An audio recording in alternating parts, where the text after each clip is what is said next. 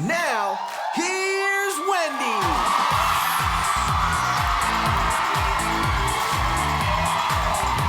Right back at you. Fantastic.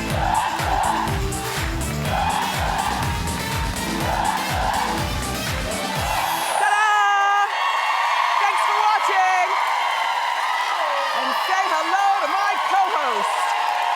Fabulous, fantastic. Thanks for the love. How you doing? Well rested? You won't believe what Ray J is gonna give Kanye and Kim for their upcoming wedding. Sherri Shepherd's divorce is getting messier and messier. And Robin Thicke begged his wife Paula to take him back on stage last night. Did you watch the Billboard Music Awards? Well, I didn't, but I got the story. Let's talk about it and more. It's time for Hot Topics.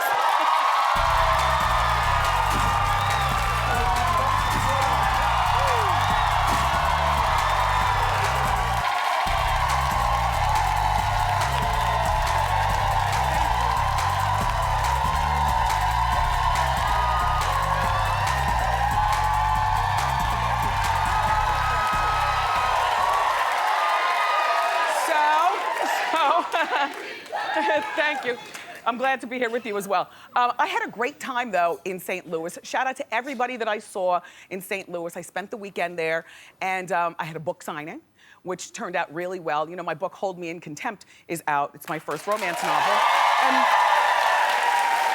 And the line was wrapped around the corner. Like, you never know what you're going to get when you do book signings. Will 10 people show up? Will 20 people show up? Or what? It was really successful. Thank you all. And then I threw out the first pitch at the Cardinals game. Well, don't clap too loud. The ball bounced. It bounced, but at least I didn't tear my rotator cuff. And then I had delicious, scrumptious food at Pappy's Smokehouse, which this was my second time in St. Louis and my definitely second time going here. And shout out to you, Pappy, and all the food you had. So good, so good. And so last night, the Billboard Music Awards were on. Well, nobody reminded me. So I was busy catching up with, I have the DVDs of R&B Divas, so I was busy catching up with that. Anyway, Robin Thicke used his performance to beg his estranged wife, Paula Patton, back. Now, the first thing I noticed is, wow, his hair, I like the haircut. I mean, Robin Thicke has nice hair anyway, but anyway, he's on his knees. The song is called Get Her Back, and the lyrics are like, all I wanna do is make it right, and blah, blah, blah. A lot of people were saying, you know, here at Wendy, well, why does he have to do this in public? And I said, well, he shamed her in public, you know, numerous times, so why wouldn't he try to win her back in public? Now, personally, I told you before, I said they will probably get back together, but it probably won't be until around Christmas, you know? And the reason that I say that, because Christmas and then there's New Year's, and you know, everybody gets reflective during the holidays on where their life is.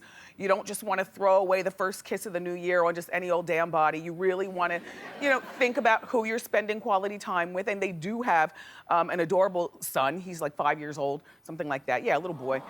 Yeah, so around the holidays, they will probably get back together, and not just for the holidays, but you know, he'll move into the house and anyway, listen, Paula, have the time of your life though all summer with the boys and everything. And then Jennifer Lopez opened the show and she closed the show. She performed here with Pitbull. I mean, she just really does it right every time. Look at her go with the stilettos. And watch how she tosses the hair. It's a good cat suit. I mean, it's like Beyonce's blue one. You know Beyonce's blue one? Yeah. Anyway, and then the weird part of the evening, at least in my opinion, if I was watching, this is where I would have turned it off, was the Michael Jackson hologram performance. I just feel like some things just need to be left alone, like dead people, you know?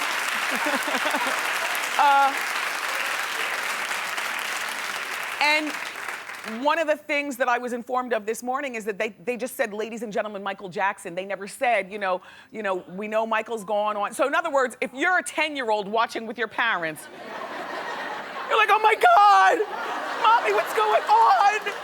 What is happening? I just think, Michael did a lot to scratch his own reputation, if you know what I'm saying. But the family has just thrown his entire legacy under the bus. Every last one of them. It's horrible. And you might like this.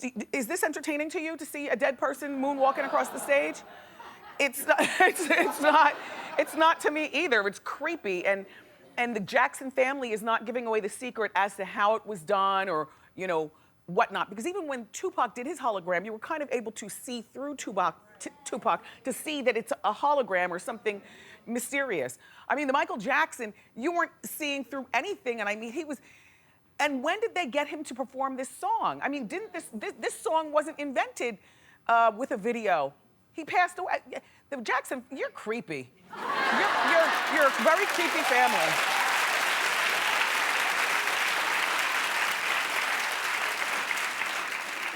So Sherri Shepherd's divorce from that man don't worry, Sherri, I am so team you, it is unbelievable. Lamar, Sally, it's getting messier and messier. Sal, first of all, is requesting full custody of their unborn child who will be due in, can you believe he's only 43 years old? That looks like a hard living 63. That's 43. He's the same age as Jennifer Lopez and Mariah Carey. I mean,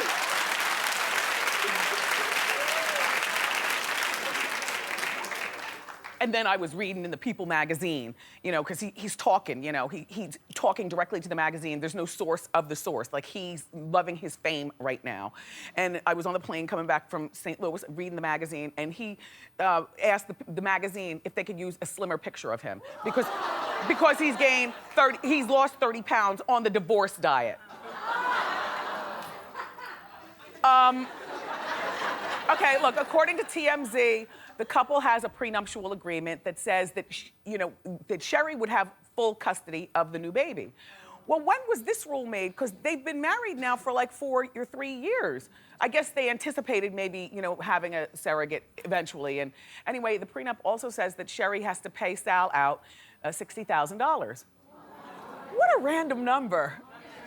Like, why not the full 100,000 or 50,000? Where did 60 come from? Anyway, well, the messier part, the new information is that Sherri's first husband, Jeffrey, father of her son, Jeffrey, is asking for full custody of Jeffrey, their 9-year-old. Well, Jeffrey lives in LA, where Sal apparently is holding court with reporters. Sal and Big Jeffrey have gotten together to try to do Sherri in.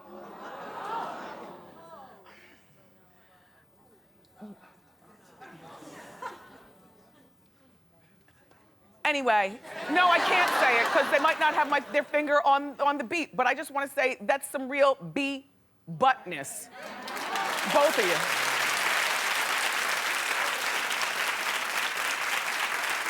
He says, this one right here, who their divorce was wild and sloppy back when they got divorced also. He says that Sherri's schedule is too busy and that she's neglecting their son, Jeffrey, and leaving him with unskilled nannies. Well, somebody's got to work. And I don't believe that for one bit. No. And I think it's terrible that these two guys have gotten together and they're trying to bury Sherri. Well, you know what, Sherri?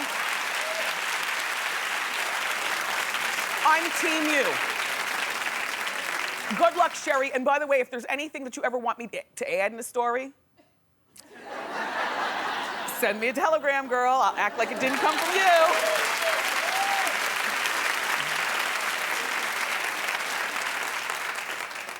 That little Ray J is something else. Kim and Kanye's wedding is allegedly less than a week away. I don't know. I mean, that's what people are saying. Kim's sex tape with Ray J, well, what he's going to give them for a wedding gift, according to TMZ, Ray J is giving them a check for $47,000. That's 4 months of Ray J's profits from the sex tape. Well, they say that Kim makes like $50,000 a month from it. I mean, let's remember where this all go. She became famous for lying on her back. And Ray J might be mad because she became more famous than him for lying on her back. There might be a little bit of bitterosity there, but you know what? I like that he's gonna give that check. The thing is that Kanye would probably tear it up, you know, and throw it away.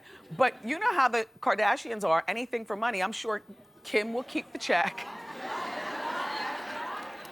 Kim will keep the check. If I were Kanye, though, what I would do is, and you have the money to do this, Kanye, this is what a man would do, who's gonna marry Kim Kardashian. You buy the rights to the sex tape and you make sure that it's never shown anywhere again. I mean, that is what a true gentleman would do. The mother of your daughter, that is what should be done. I don't know whether the marriage will survive this summer. I'm not sure. I think that he would hold on to the marriage at all costs because, you know, on account of he doesn't have family. You know, so this is his new family. She, I could see her moving on. I don't know why. The unfortunate thing is that, you know, I told you guys that I will eat crow if the marriage lasts for... You miss a day, you miss a lot on this messy show. I said this months ago, you know, when I found out that they were together as a couple, and then I think they got engaged, and I said, they won't get married. They won't really get married. Okay, if they get married, then I'll eat crow. Now, I don't know who makes crow. I have no idea where we'd even get a crow. Do they sell crow at the Grand Union? Do they sell crow at the stores? Anyway, but here's my caveat, and I've got the tape. I've got proof. We keep a log of the tape here. We'll show you. 72 days is what she was with Chris Humphries, correct? So I said that I will eat crow on the 73rd day. The problem is, no, I'm a woman of my word. Here's the problem, though. If they get married this weekend, then the 74th or 3rd day will be sometime in August, so I won't be here. We'll be on hiatus. But I am a woman of my word. On September 15th is the start of the 6th season of The Wendy Show.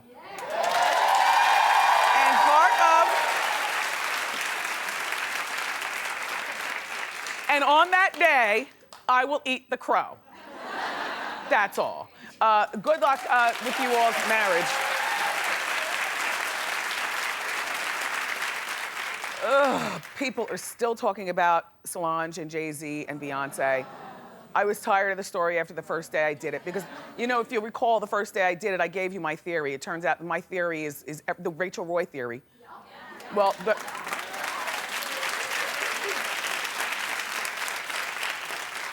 we'll talk about it later. Brian Baltazar is coming out with the inside scoop, and he's going to break it down. But did you see Saturday Night Live over the weekend?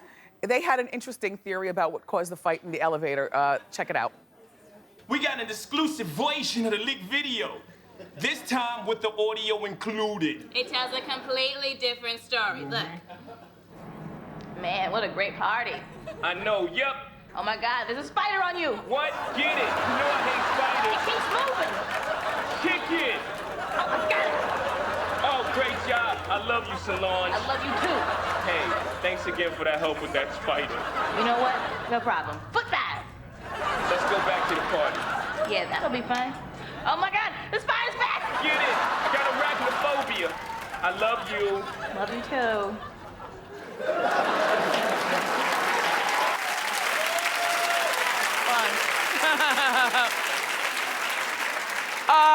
Martha Stewart is feeling like at 72 years old, she's sworn off men. She's feeling like she's not had good luck. She says she's tried everything, including online dating. That's a good 72. She's got good hair and everything. She's a really youthful, vibrant person. But now she reportedly feels that she's destined to be alone. At 72 years old, she apparently thinks that men 15 or 20 years younger than her are boring. And the men her age, all they want is a nursemaid more than a wife. But Martha, I think that you're looking in the wrong area for men 15 or 20 years younger than you, because Suzanne's husband, my Brendan, is the kind of guy you need to go for, and I'm gonna tell you why. No, Suzanne, don't worry, you'll get another one. No, but here's the deal. Like, Brendan's in his 40s, you know? Brendan has a job, but it's a regular job. You know, maybe you need to stop looking for, like, hot guys who have these hot careers acting or, no, you have a hot career. No, that's not what I mean. Brendan, that's not what I mean. You're a lot of fun and you're a very nice looking man. And I just feel like, you know, all guys in their 40s and 50s are not boring at all, Martha. I think that you're looking at guys who take themselves too seriously, like guys in banking. You know what I mean? Nuclear physicists and things like that. You know, you need somebody fun. Yeah!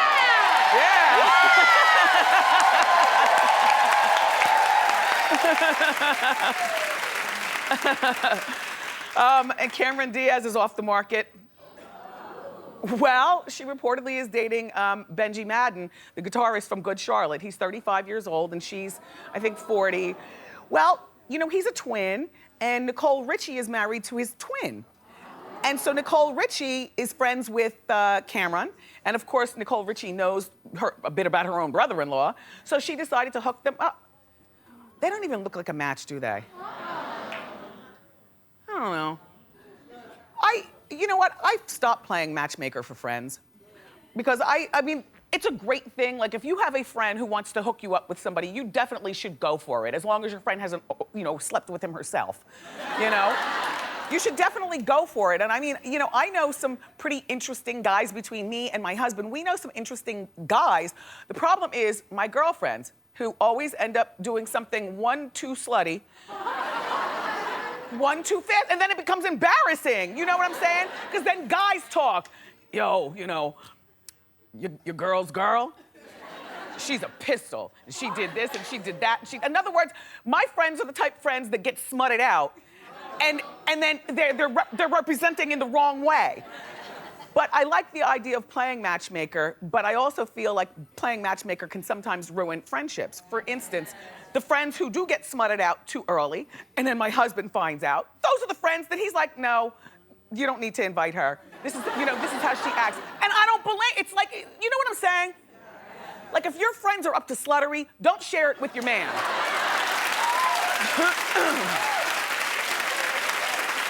Because men judge that, and it's horrible.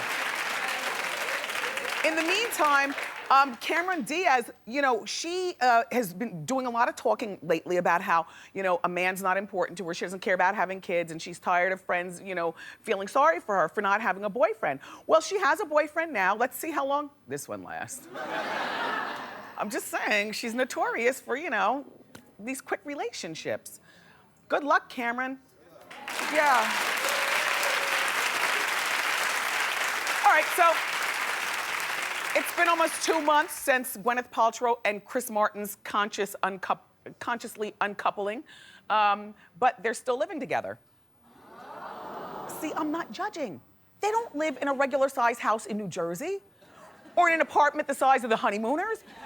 I mean, these are rich people. You know how rich people live. They're like a 10-car garage, wings, an east wing and a west wing. A pool house the size of, you know, a house, you know, down the street from where you live. So please, you know, separate entrances, separate exits. They got driveways that are like highways with all the configurations. You know, I don't feel sorry for them living together. You know, they do have 2 kids as well. And eventually somebody will move out or he'll go on tour or, you know, whatever. Look, this is a rich people problem. And then over the weekend, they were at this place called the Chateau Marmont, which you might recognize that name. It's where a lot of the celebrities hang out. In other words, this is not the place that you go and hang out when you don't want to be seen. So clearly they wanted us to see that they are consciously uncoupling in, I guess, a mature way. And in the meantime, at some particular point, somebody needs to move on. You know, like, you can't just stay in the house. Although, I guess if you have a date that involves sex afterwards, you know, you do all that stuff at the hotel. You wouldn't bring them back to the house anyway because Apple and the pear live there. They're kids. They're kids. You have to be very careful. And then I saw a little picture of him in the magazine with Alexa Chung. Look, I don't know. Yeah. She's got good eyes, right? Demonic-like. Yeah. Anyway, so, you know, I find there to be nothing wrong with them living in the same house together. I say all that to say, because their house is not like one kitchen like our houses are. You know, big people's houses have, you know, like 3 kitchens. So good luck with your conscious uncoupling. So, everybody, this week is your last chance to win our fabulous trip to the U.S. Virgin Islands. Oh yeah. This week's prize package is really special because it's a trip for 4. Yeah, exactly. Take a look at what you can win. Wendy's Hot Tropics giveaway is your chance to win a tropical vacation to the U.S. Virgin Islands.